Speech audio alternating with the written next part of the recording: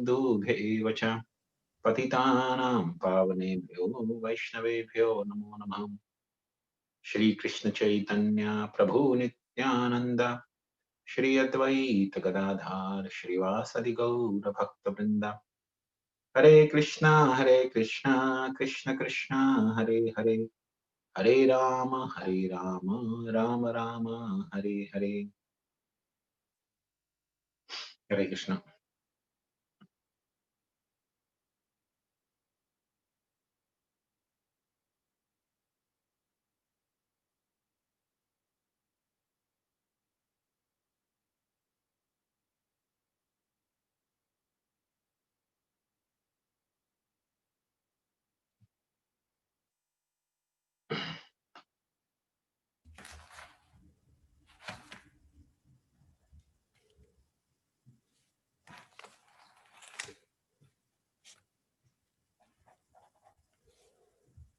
So today we shall be discussing from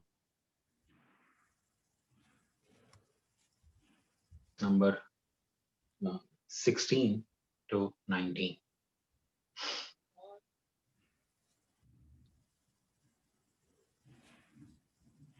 So we have the text 16 says, Sura Suranam Uddadhim Mathantam Mandarachalam Dadre Kamatarupena Prishte Ekadashe Vibho.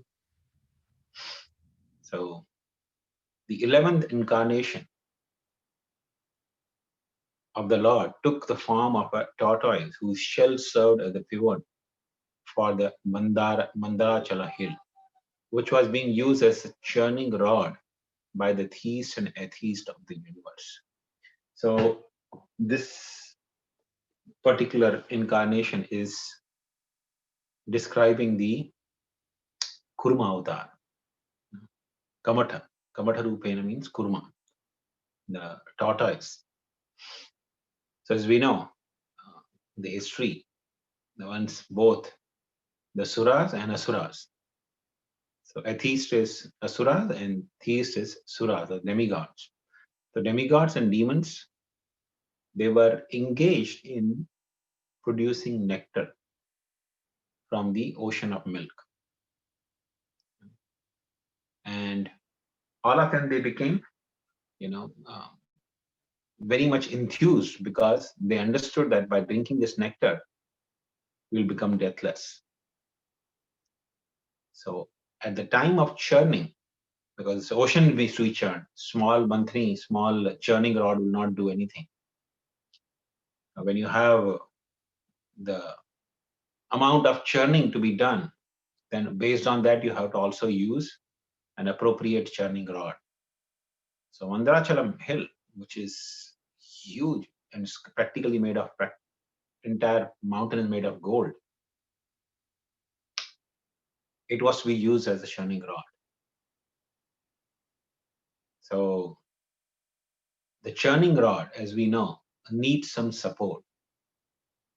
Of course, nowadays people don't have experience of only that how the churning process works.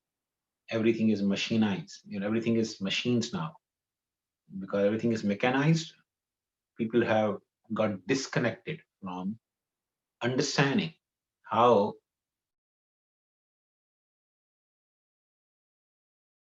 month of Damodar. So we hear about Mother Yashoda churning the yogurt into butter. So churning used to be done with, the two hands. There will be a rope which will be tied to the churning rod, and the rope is held by the two hands. Generally, so you pull this way and this way. So in this way, the churning works. But because this churning rod was very huge, the whole hill which was being used churning rod, it was mountain. So a lot of powerful beings were required to pull it either side so that the manthri or the mountain could be used as a churning rod. But churning rod, when you are, especially in a village setting, when you have a churning rod, used for, the purpose of churning, then the system it works is they generally have the earthen pot. The earthen pot will be there, and it will be kept on the ground. Within that, they would put a churning rod, which will have a very long staff. The bottom of the churning rod is generally, shaped in a way that, it creates friction with the substance which is being churned, typically yogurt. So, uh, just like the blades, the blades of the mixie. So similarly, the churning rod has also something like that, kind of a blade settings. So when you place that churning rod, it has to touch the ground. So it's supported by the ground of the pot, the yogurt pot. And the upper portion of the rod is tied with a rope which is tied with a wall or some solid object other side. So it goes on the other side. And the rope is put around the churning rod, which the person holds in this way, towards them.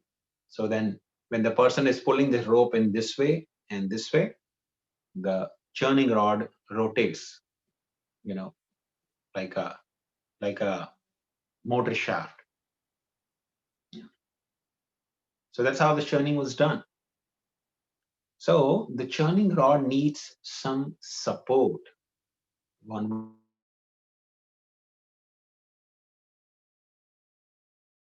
that this was used for churning the ocean. And ocean is generally very, very deep. So how can they use this mountain? Mountain will completely sink. This milk ocean was very, very deep, much, much deeper than the size of the hill. So when they brought the hill, they started churning. The Vasuki as a snake was being used for the churning purpose, but Vasuki couldn't hold tightly the churning rod, the Mandara hill, and it slipped from the grip of Vasuki and it sank in the ocean because it didn't have any support. So then the Lord, understanding, because the demigod and demons both became discouraged, understanding their plight, that they are not able to handle this heavy mountain of gold, Mandara hill, he took the form of a tortoise, Kurma Sharira. So he took the form of a Kurma and went underneath the mountain, picked up the mountain and put the mountain on his back. So mountain was placed on the back of Kurma, like a support, like a pip. But there was nothing from the top. The Manthani has to have support from the bottom and from the top as well. As I said, in the village setting, they generally used to have the top of the Manthani would be tied with another rope, and that will be tied to the wall. So on the top, the Lord took another form as, Ajita, and he was holding the mountain from the top. So from the bottom, he was holding as the Kurma, and from the top, he was holding as Ajita. But here, especially, the Kurma is being described, who supported the Mandara hill for the purpose of churning. So demigods and demons, they were under this illusion that they are actually the one who are churning. But Srimad Bhagavatam makes it very clear. It is the Supreme Lord who was himself only churning, but engaging all these demons and demigods for the sake of engaging them in the service for their own, pastimes. He allowed them to take part in this pastime, in this particular process of churning.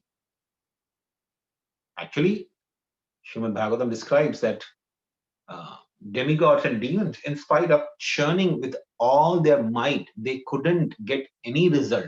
Nothing was coming out. So then the Lord personally entered into the demigods as a mode of goodness. The demons, he entered with the mode of passion.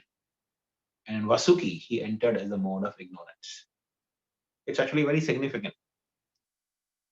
Different living entities, they have different inspiration to work very hard. The demigods, they are in the mode of goodness, like the devotees. They are devotees of the Lord. So they were thinking, by the dint of the mode of goodness, they were thinking, we are devotees of the Lord. We are doing this only for the pleasure of the Lord. So this idea that we are doing it for the pleasure of the Lord will be pleased with us, is actually the goodness, the mode of goodness, uh, which was inspiring them to work very hard. With all their might, they were working very hard. So the mode of goodness. The demons had the mode of passion. You're thinking, we are going to get this churn, the nectar from this churning of this milk of ocean, which will make us immortal. Our body will not die. Then we can utilize this body for sense enjoyment to fullest extent. So this was the inspiration which is coming through the mode of passion. Passionate people think like that. If I work very hard, if I have lots of money, if I have a lot of success, then I can enjoy the life. And Vasuki,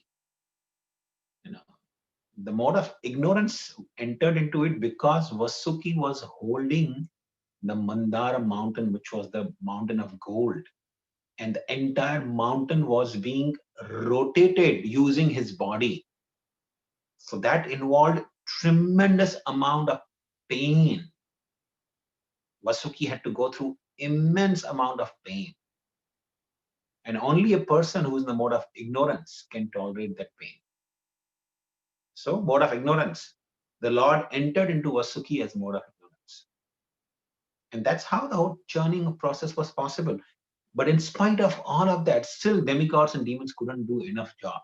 So then the Lord, as the Ajita, from above he was holding the hill, but then he again came down and also started churning with his own hands very vigorously, much, much more vigorously than the demigods and demons together were able to do. So, but nevertheless, here, the Kurma was actually the support for the Mandara hill, without which it would have not been possible for all the demigods and demons combined together to churn the ocean of milk.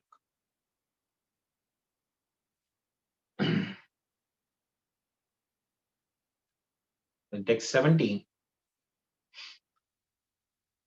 Dhanvantrim dwadasham mam trayodashamam evacha apayat suran anyan mohinya mohayan striya. And the 12th incarnation, the Lord appeared as Dhanvantri. And the 13th, he allured the atheist by charming beauty of a woman and gave nectar to demigods to drink. So this churning of milk ocean had 4 different incarnations of the Lord personally involved in this. One was Kurma, who was supporting the hill from the underneath. Ajita, the Lord who was supporting the hill from the top and also helping in churning. And then toward the end of the process of churning, the Lord appeared as Dhanvantri with a pot of nectar. Not only as pot of nectar, but he also became the propounder of all the Ayurveda. Dhanvantri is the propounder of Ayurveda. So the science of prolonging one's life, Ayurveda. Veda means knowledge. So knowledge about how to prolong one's lifespan. That is the Ayurveda. So he became the propounder of Ayurveda, the science of medicines. So he appeared also during this churning of milk ocean. And after the churning was completed, the demons stole away the pot of nectar, thinking that they will themselves and won't share anything with the demigods. The Lord appeared as 4th incarnation during that pastime of churning as Mohini Murti. So, as Mohini Murti, the Lord took away the pot of nectar, giving assurance to the demons just simple assurance to the demon.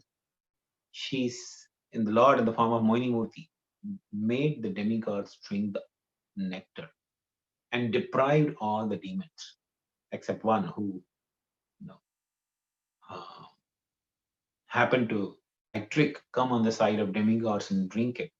But that was also not that he could successfully trick Mohini Murti. No, because Lord is omniscient.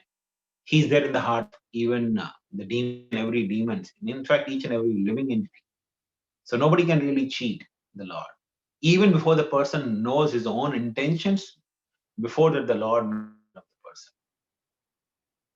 But the Lord wanted to propagate everywhere the effect of the nectar. Therefore, the Lord allowed the demon Rahu to drink the nectar and then severed his head with his own Sudarshan Chakra, just to show how powerful was the nectar.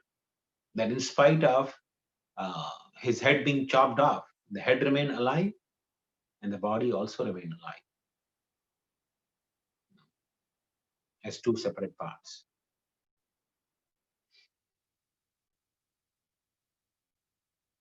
Text 18 is, in the 14th incarnation, the Lord appeared as Narsimha and bifurcated the strong body of the atheist Hiranyakashipu with his nails, just as the carpenter pierces cane.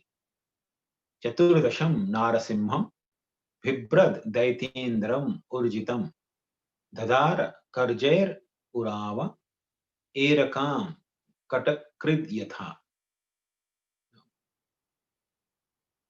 Katakrid Yatha. So Katakrid Yatha means just the carpenter pierces the cane. So similarly, the Lord with his nails killed Hiranyakashipu. We know the history of Lord Narasimha appeared mainly to uh, destroy the demon Hiranyakashipu, who had received so many benedictions from Lord Brahma.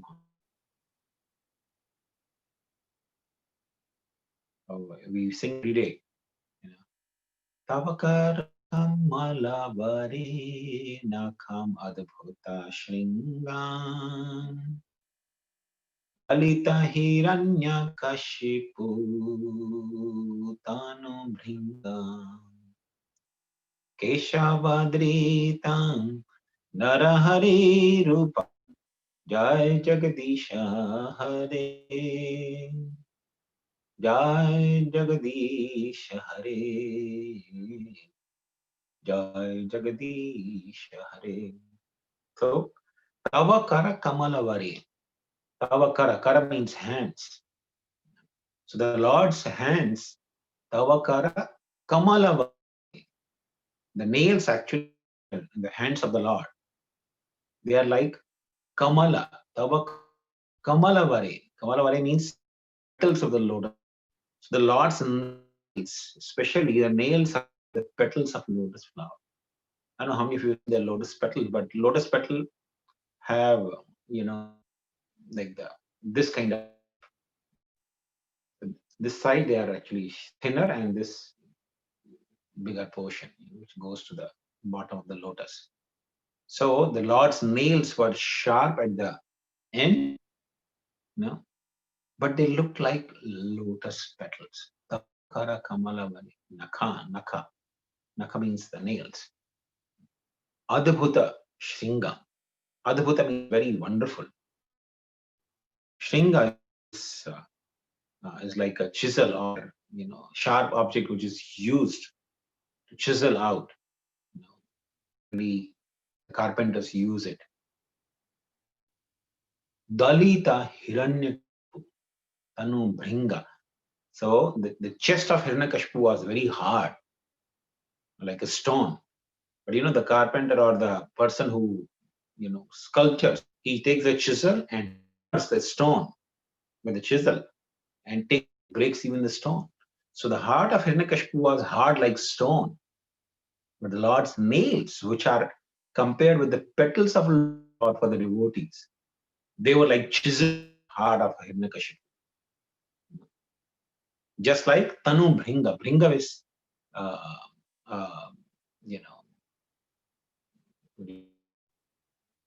call Bringa. Bringa is, I'm forgetting the name of that.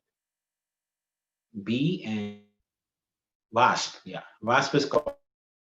So just like the Wasp is killed, similarly, the Wasp like Hiranyakashipu was, his heart, which was hard like a stone, Lord Narasimha bifurcated it.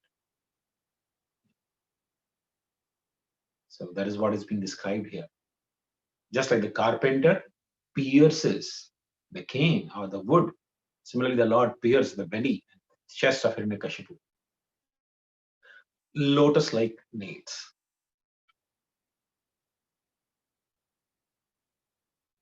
Text 19 says, Panchadasham vamanakam kritva gad advaram bale padatrayam yachamana pratyadis tasus tripishtapam.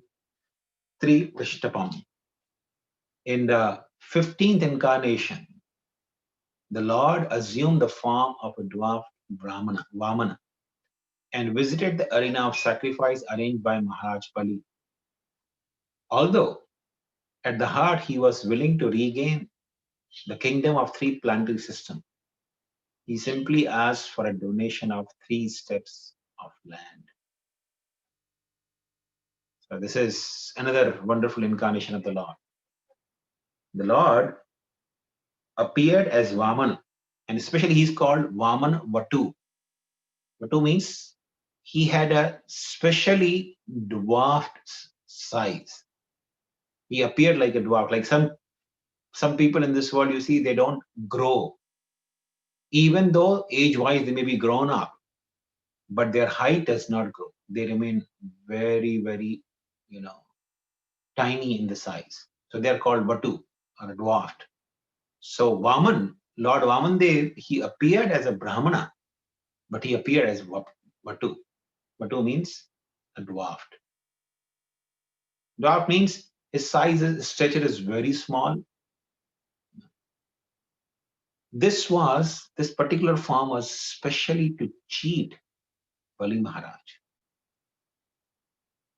Chalayasi vikramane balim adbhutavaman padanakha nirajanita janapavan keshavadrita vamanarupan jai jagadisha hare. Says Chalayasi vikramane balim adbhutavaman. The Lord appeared as Vaman, Adbhut Vaman, very wonderful Vaman Vatu, a dwarfed Brahmana boy, with the purpose of Chalayasi, with the purpose of cheating Bali Maharaj. So what was the cheating? He went to the arena of Bali Maharaj and said, My dear king, I have come to beg charity. And Bali Maharaj was the king of the whole universe.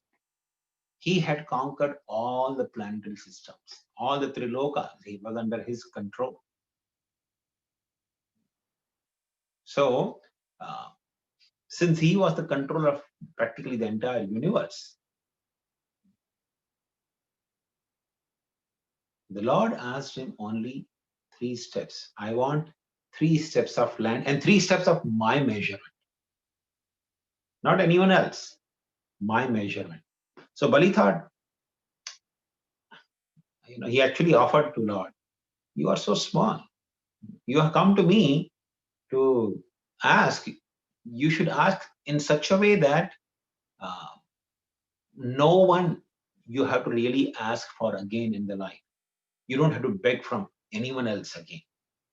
You should know I am Bali. I am the king of the whole universe. Entire creation is under my control now. I can give you whatever you want. So the Lord said, I want 3 steps of land of my measurement. Said, we have, some big demons, very tall and very strong, built demons. At least take their 3 steps. The Lord said, no, I want my 3 steps. I'm in the need of land. So my needs are appropriate to my size. So Bali thought, he is not a very intelligent Brahmana. Although the Lord gave beautiful instructions, very beautiful instruction to Bali Maharaj. And Bali Maharaj appreciated his instruction, but he still thought the Brahmana was not very intelligent. And later on, when Shukracharya explained him that this child, this Brahmana boy is none other than Vishnu. He has come with the intention of cheating you. He will take away everything from you and give it to your enemy Indra.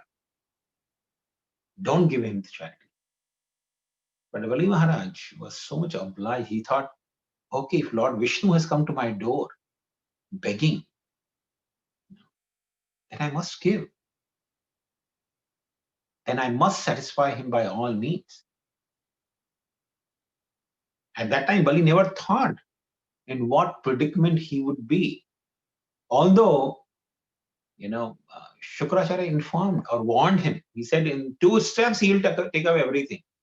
You will not be able to fulfill even your promise to give him 3 steps of land. You are such a rascal. You shouldn't have, made this promise. Tell him now also, no, you cannot give him 3 steps of land because you will not be able to fulfill your promise. And if you can't fulfill your promise to a Brahmana, you must go to hell. Then your residence will be in the hellish condition of life. And of course, Bali Maharaj, being a great Vaishnava, he refused the instruction of his guru, Shukracharya. He told Vamandev, you can accept the 3 steps of land. Take the 3 steps of land. And what did the Lord do? He expanded his form so huge that in the 1 step, he took away all the lower planetary systems up to Bhuloka. And then in another step, he took away all the upper planetary systems. And after finishing in 2 steps, everything, he took away everything that Bali had. Because taking 2 steps throughout the universe means the entire universe now belongs to the Lord.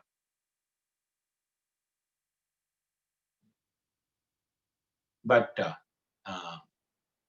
the Lord didn't stop there. He asked Bali, my dear Bali, you promised me 3 steps of land.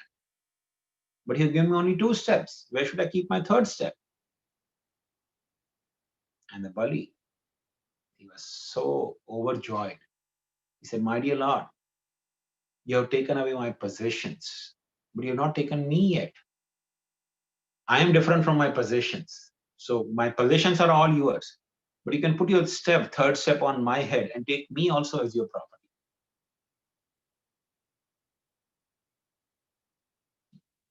And in this way, Lord Vamandev, as a Batu, as a dwarf Brahmana boy, he cheated Bali Maharaj. And this way took away the rule of universe and gave it to Indra, the king of heavenly planets. I think this is the sum and substance for these few verses that we read today. If anyone has any questions, you may ask. So, Prabhuji, you were talking about Dhanavantri, right? So, what is this we celebrate during the Diwali time?